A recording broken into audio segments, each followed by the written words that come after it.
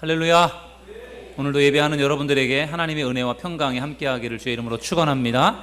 우리 옆에 계신 분하고 인사하시겠습니다. 좋아지고 있습니다. 잘 돼가고 있습니다. 인사하시겠습니다.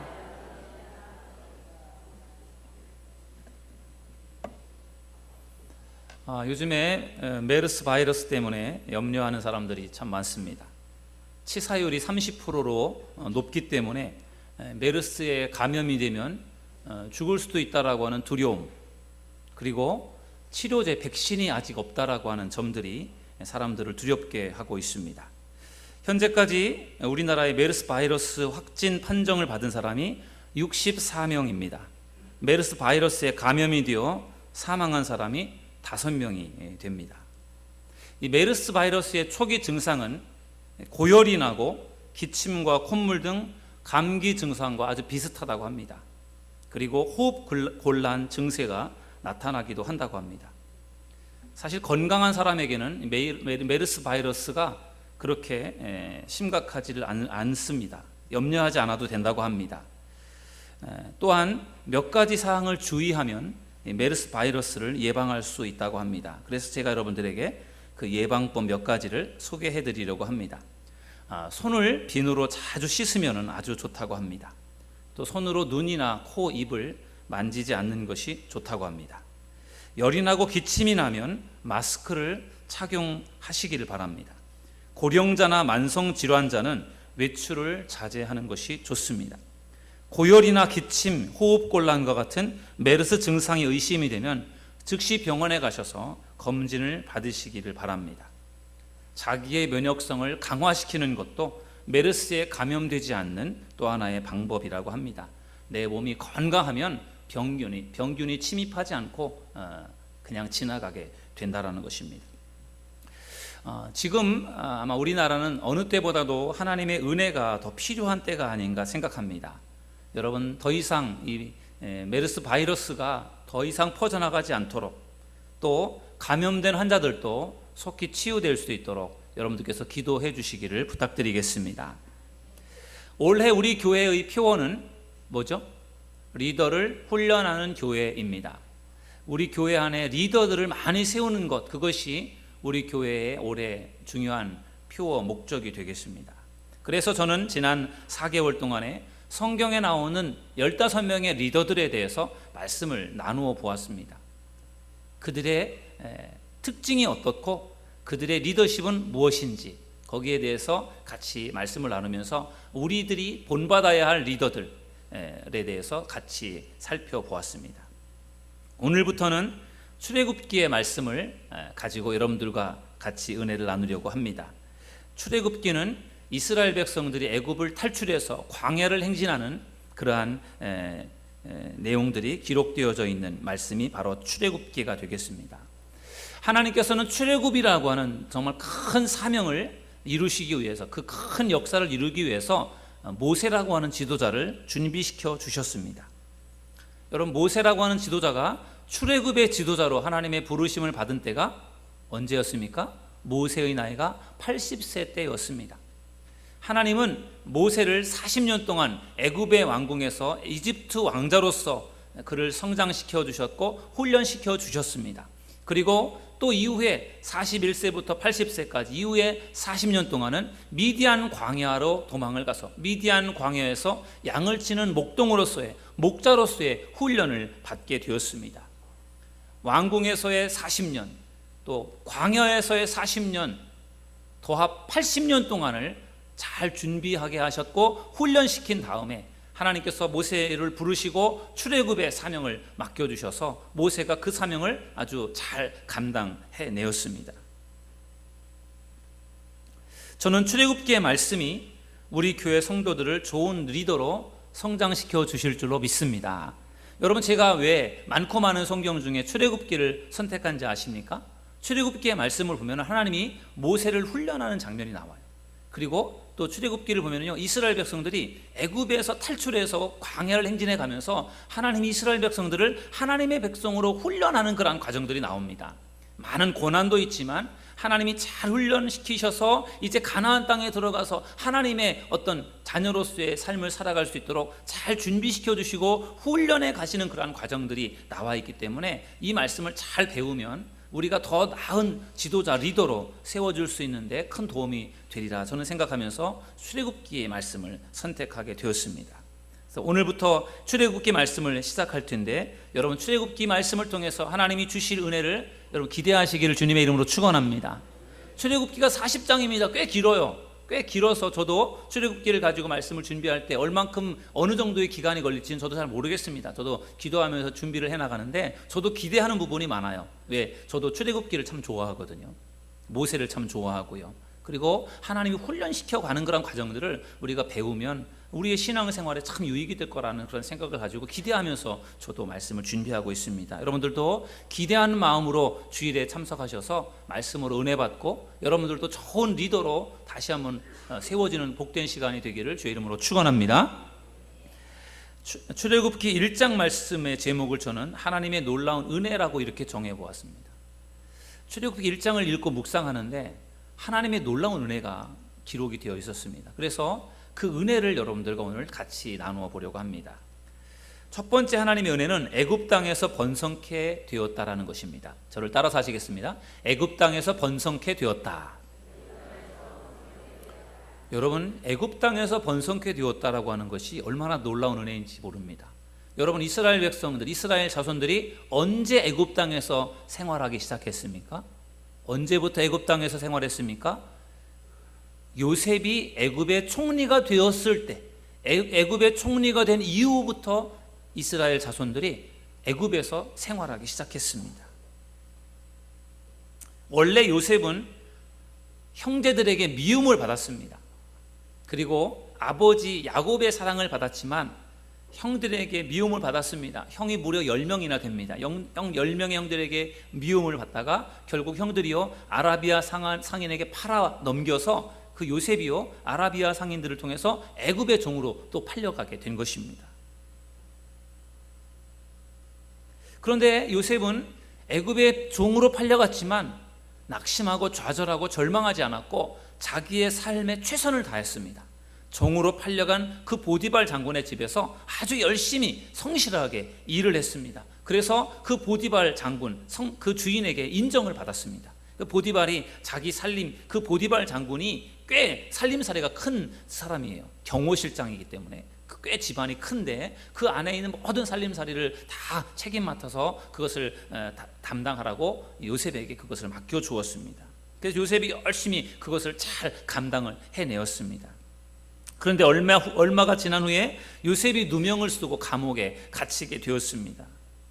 그런데 하나님은 또한 감옥에 갇힌 그 요셉을 그냥 내버려 두지 않았습니다. 하나님은 그를 또 감옥에서 나름대로의 훈련의 시간을 갖게 하시고 감옥에서 나와서 나중에 애굽의 총리가 되게 하셨습니다.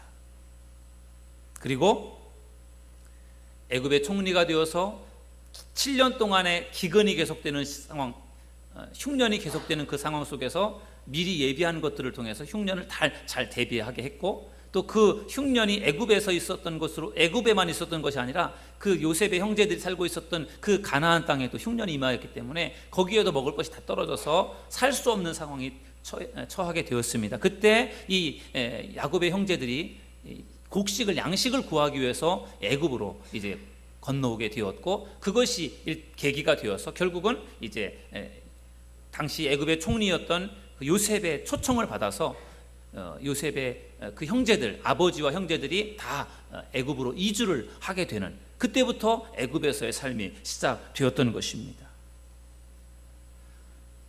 극심한 흉년 때문에 가나안 땅에 있었다고 한다면 아마 굶어 죽었을 것인데 요셉이라고 하는 그 형제의 은혜, 도움으로 결국은 그 야곱의 가족 식구들이 살아남게 된 것입니다. 그러니 그것이 얼마나 놀라운 하나님의 은혜이겠습니까? 하나님은 아브라함이 99세가 되었을 때 아주 중요한 약속을 하나님께서 주셨습니다. 창세기 17장 6절에 보니까 이렇게 말씀하십니다. 내가 너로 심히 번성하게 하리니 내가 내게서 민족이 나게 하며 왕들이 내게로부터 나오리라. 하나님이 아브라함에게 주신 말씀이에요. 아브라함이 이삭을 낳고 이삭이 야곱을 낳고 야곱이 요셉을 낳았지 않습니까? 그 요셉의 대가 되어서 요셉 때 지금 가나안 땅에 있던 아브라함의 후손들이 결국은 70여 명의 어떤 그러한 가족을 형성을 해서 그들이 지금 가나안을 떠나서 애굽으로 지금 도망 나온 겁니다. 애굽으로 피신을 온 거예요. 그런데 하나님이 아브라함을 부르시면서 아브라함이 99세가 되었을 때 하나님께서 말씀하신 것은 내가 너로 심히 번성하게 하겠다라는 것입니다. 그때까지 아브라함은 자식이 하나도 없었습니다. 99세가 되도록 아브라함에게 자식이 없었습니다. 그런데 하나님께서 아브라함에게 약속하시는 말씀은 내가 너로 하여금 자손이 번성케 할 것이고 너에게서 민족이 나오게 할 것이고 너에게서 왕들이 나오게 하겠다, 그렇게 약속하셨거든요. 근데 놀라운 사실은 불가능한 것 같은 이야기지만 사실 하나님께서 약속하신 약속이 이루어져 가는 것을 우리가 구약 성경을 읽어보면 알 수가 있습니다. 그래서 아브라함이 이삭을 낳고 이삭이 야곱을 낳고 야곱이 12명의 형제들을 낳고 그렇게 해서 그 12명의 형제가 이스라엘 12지파가 되면서 이스라엘이 점점 번성케 되는 것입니다. 오늘 출애굽기 1장 7절 말씀에 보니까 이스라엘 자손은 생육하고 불어나 번성하고 매우 강하여 온 땅에 가득하게 되었더라, 이렇게 말씀하고 있습니다. 여러분, 이스라엘 야곱의 후손들이 가나안 땅을 떠나서 애굽으로 들어갈 때 그들의 숫자가 70명이었다고 오늘 성경이 말하고 있습니다. 70명밖에 되지 않았습니다.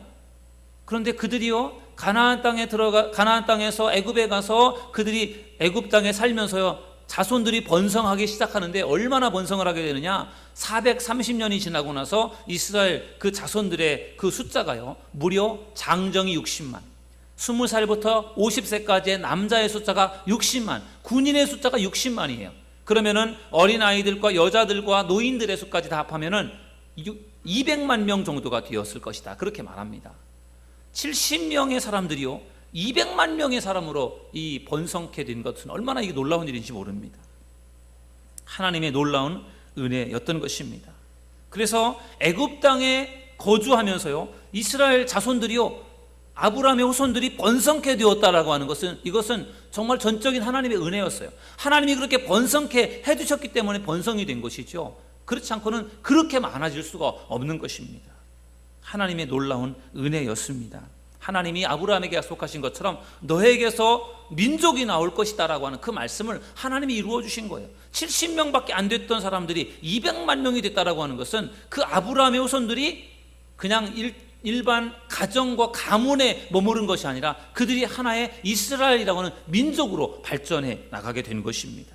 하나님의 놀라운 은혜이고 하나님의 놀라운 축복이었습니다. 저는 여러분의 삶 속에서도 이렇게 번성케 되는 축복이 있기를 주님의 이름으로 축원합니다. 우리가 어떻게 하면은 번성케 될 수 있을까요? 번성케 되고 형통케 되고 만사가 잘 되는 그러한 은혜가 어떻게 가능할까요? 하나님을 잘 믿고 하나님 말씀에 순종할 때 하나님께서 여러분들에게도 그러한 번성케 되는 복을 주신다는 사실을 믿으시기를 주님의 이름으로 축원합니다.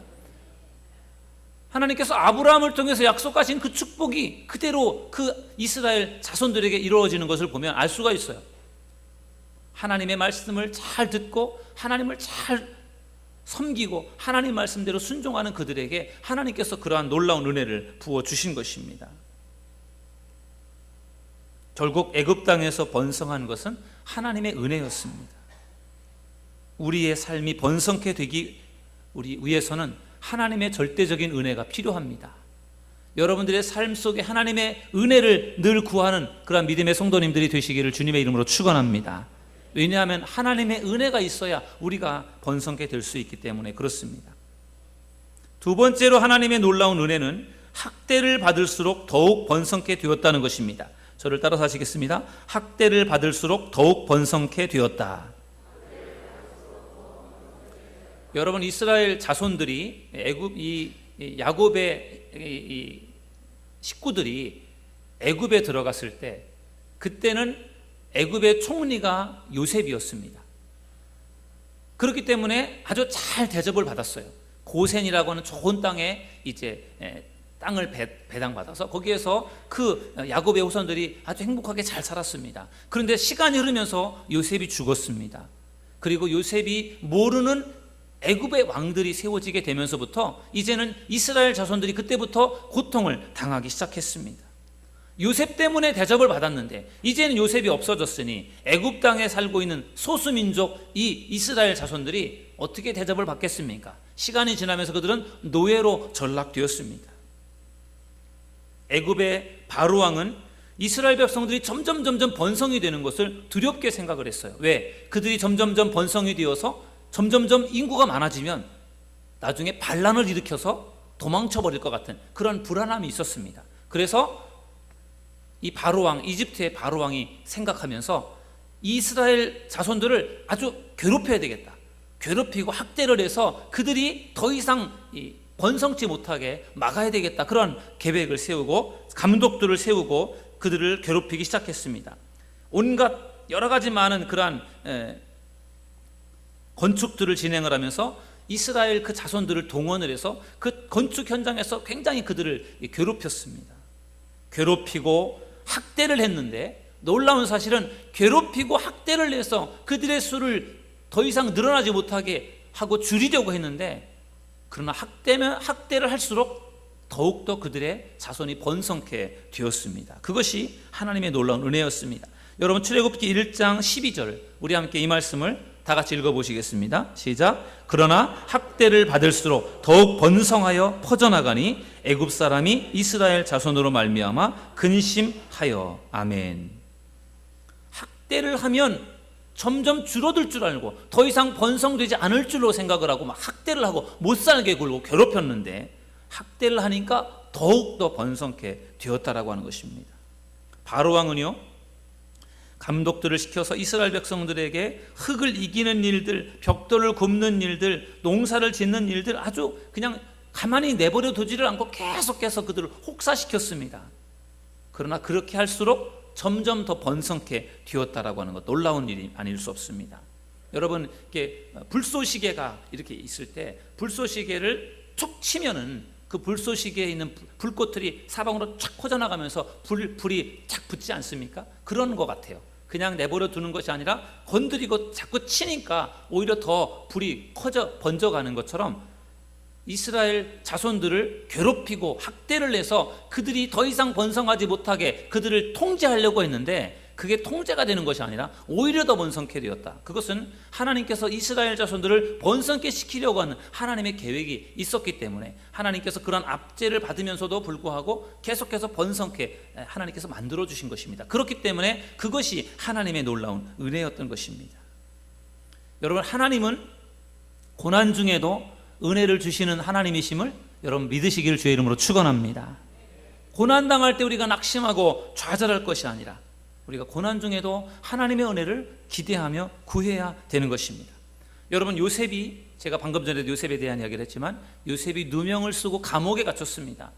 잘못한 것도 없습니다. 누명입니다. 그리고 감옥에 갇혔어요. 그런데 감옥에 갇혀 있는 동안에도 하나님의 은혜는 계속되었습니다. 감옥에서 누구를 만났습니까? 감옥에서 바로왕의 술 빚는 관원장, 떡 굽는 관원장을 만났습니다. 아주 지금으로 말하면 영의정, 좌의정 그러한 높은 직책에 있는 그러한 사람들을 만나게 되었어요. 정치범들을 수용하는 그 감옥에 요셉이 같이 들어있다 보니까 그들을 만나게 된 것입니다. 그리고 그들과 교제하면서 그들의 꿈을 해몽해 주었고 워낙에 잘못해서 들어간 것이 아니라 요셉이 성실한 사람이었고 똑똑한 사람이었고 또 하나님이 함께하는 사람이었기 때문에 그들의 꿈을 해석해주고 그들과 교제하다 보니까 그들이 요셉이 특별한 사람이라고 하는 것을 알아보게 되었습니다. 그러면서 나중에 요셉이 바로왕의 아주 신기한 꿈을 해석함으로 말미암아 애굽의 총리가 되는 그러한 은혜를 경험하게 되는 것을 볼 수 있습니다.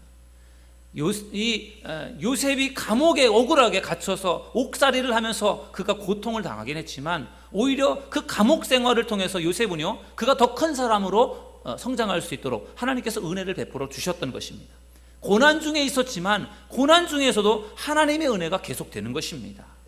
그러므로 중요한 것은 내가 어디에 있느냐 하는 것보다 더 중요한 것은 하나님이 나와 함께하는 것임을 여러분들 믿으시기를 주님의 이름으로 축원합니다.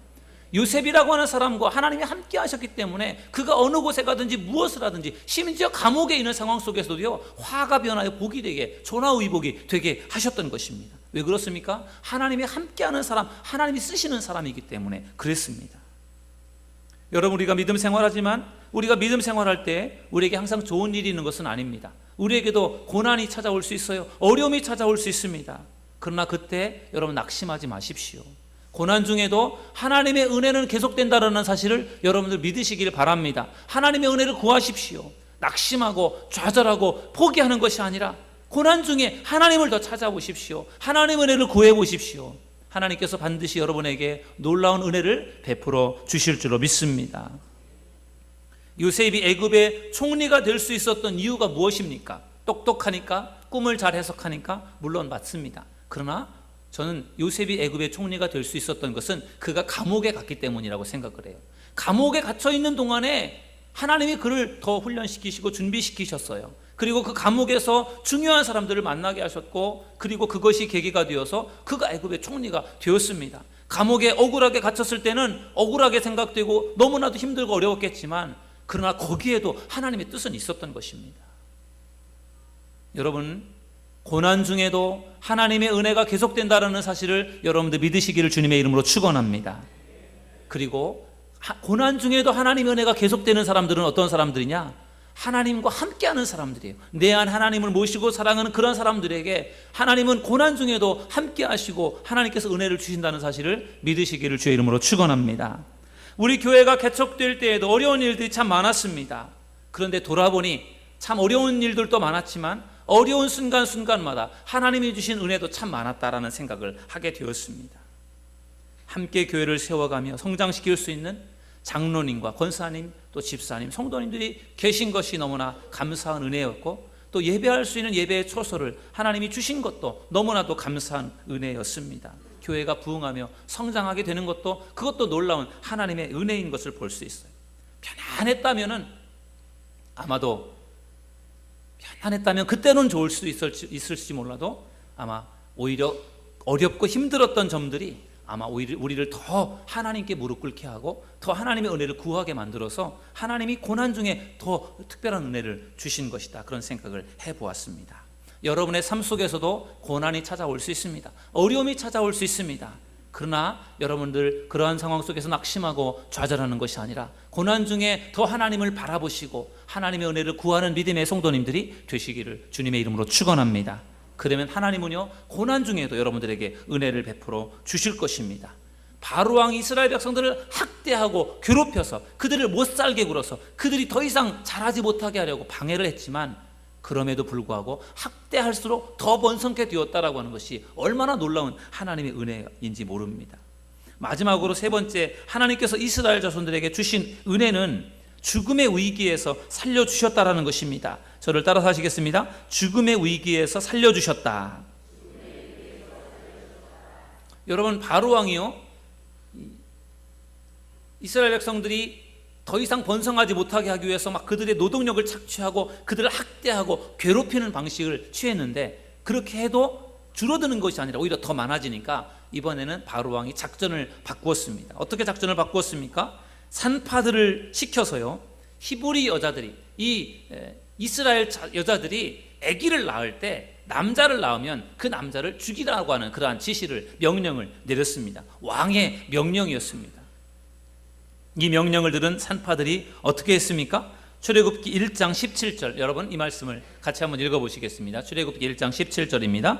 그러나 산파들이 하나님을 두려워하여 애굽 왕의 명령을 어기고 남자 아기들을 살린지라. 아멘. 여러분, 산파들이요, 바로 왕명을 어기고 왕의 명령을 어기고 그 남자아이들을 죽이지 않고 살렸다라고 그렇게 말씀하고 있습니다. 여러분, 왕명을 어기면 어떻게 됩니까? 왕명을 어기면 죽는 겁니다. 그런데 이 산파들이요, 왕명을 어기고 그 아이들을 죽이지 않고 살린 이유가 무엇일까요? 그것은 하나님의 은혜라, 그렇게 저는 생각합니다. 하나님께서 그 산파들의 마음을 움직여 주셨고 은혜를 주셔서 그들이 왕명을 받들어 산의 아이들을, 유대 아이들을 죽여야 되는데 죽이지 않고 살려준 것입니다. 하나님이 하신 거죠. 하나님이 그 산파들의 마음을 움직여서 그렇게 하나님께서 죽지 않고 살게 그렇게 은혜를 베풀어 주셨던 것입니다. 그래서 그 일로 인해 하나님은 그 산파들에게도 은혜를 베풀어 주셔서 산파들의 집안이 흥왕케 되었다, 그렇게 오늘 성경은 말씀하고 있습니다. 여러분, 하나님은요 이스라엘 자손들을 죽음의 위기에서도 건져주셨어요. 하나님의 은혜가 아니었으면 어떻게 되었을까요? 그들은 상당히 많은 사람들이 죽었을 것입니다. 그러니 하나님의 은혜가 얼마나 놀라운지 모릅니다. 여러분, 히스기야 왕, 유대 왕이었던 히스기야 왕이 한참 왕성하게 왕으로서 활동을 하고 있던 중에 그가 심각한 질병에 걸렸습니다.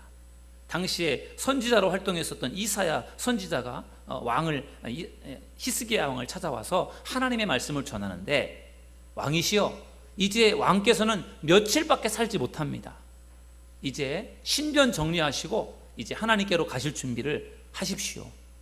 하나님 뜻입니다. 그렇게 하나님의 계획을 알려주었습니다. 그 정말 죽음이 가까웠다라고 하는 이야기를 듣게 된 히스기야가 어떻게 했습니까? 여러분, 성경을 한번 읽어보실까요? 우리 열왕기상 20장 2절에서 3절 말씀 우리 다 같이 읽어보시겠습니다. 히스기야가 낫을 벽으로 향하고 여호와께 기도하여 이르되, 여호와여, 구하오니 내가 진실과 전심으로 주 앞에 행하며 주께서 보시기에 선하게 행한 것을 기억하옵소서 하고 히스기야가 심히 통곡하더라. 아멘. 여러분,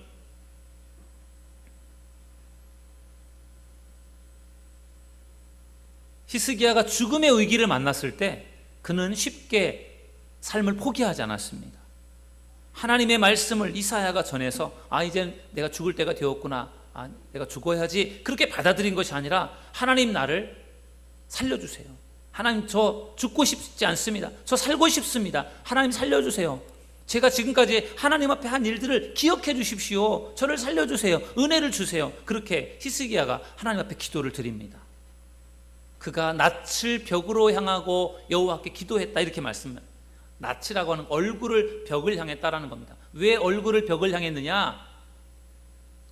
주석들을 찾아보면은 그 벽을 바라본 그 벽 쪽에 성전, 예루살렘 성전이 있었을 것이다. 성전을 바라보고 간절히 기도했다라는 이야기예요. 하나님을 바라보며 성전을 바라보며 기도한 것입니다. 하나님, 저 살려주세요. 하나님, 저 고쳐주세요. 치료해주세요. 그렇게 간절히 히스기야가 기도할 때 하나님께서 은혜를 주셨습니다. 히스기야의 병을 고쳐주셨습니다. 하나님께서 히스기야에게 이렇게 응답하셨습니다. 내가 내 기도를 들었고 내 눈물을 보았노라. 내가 너를 낫게 하리라. 하나님께서 말씀해 주셨어요. 여러분, 하나님 앞에 기도할 때 하나님께서 그 기도를 들으신다는 사실을 여러분들 믿으시기를 주의 이름으로 축원합니다.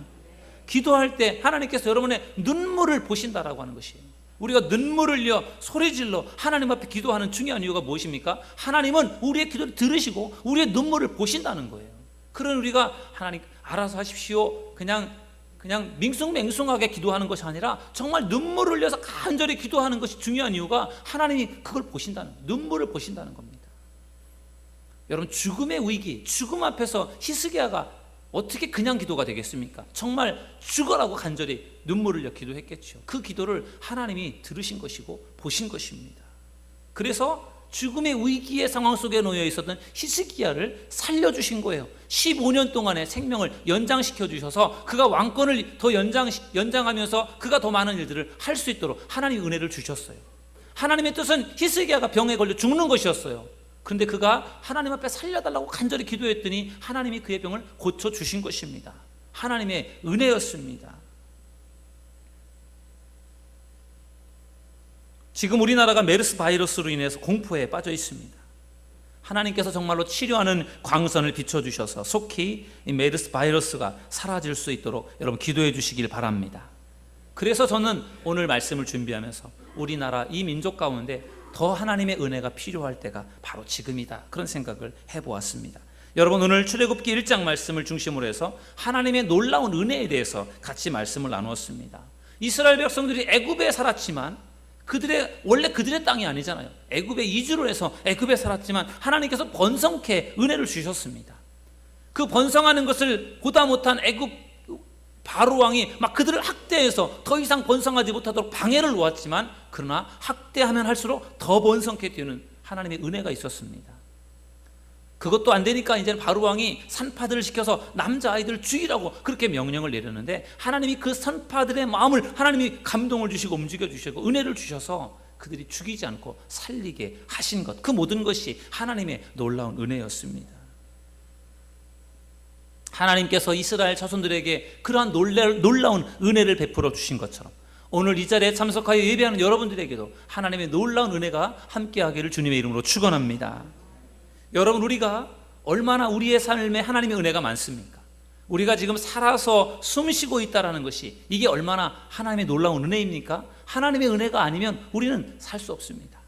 우리가 예수님을 믿고 구원받은 하나님의 자녀가 되어 오늘 이 거룩한 주일에 하나님 앞에 나와 예배를 드릴 수 있다고 하는 것이, 이것이 얼마나 놀라운 하나님의 은혜입니까? 지금까지도 하나님께서 많은 은혜를 여러분들에게 베풀어 주셨겠지만 앞으로 여러분의 남은 인생 가운데서도 그 놀라운 하나님의 은혜가 계속되는 축복이 있기를 주님의 이름으로 축원합니다.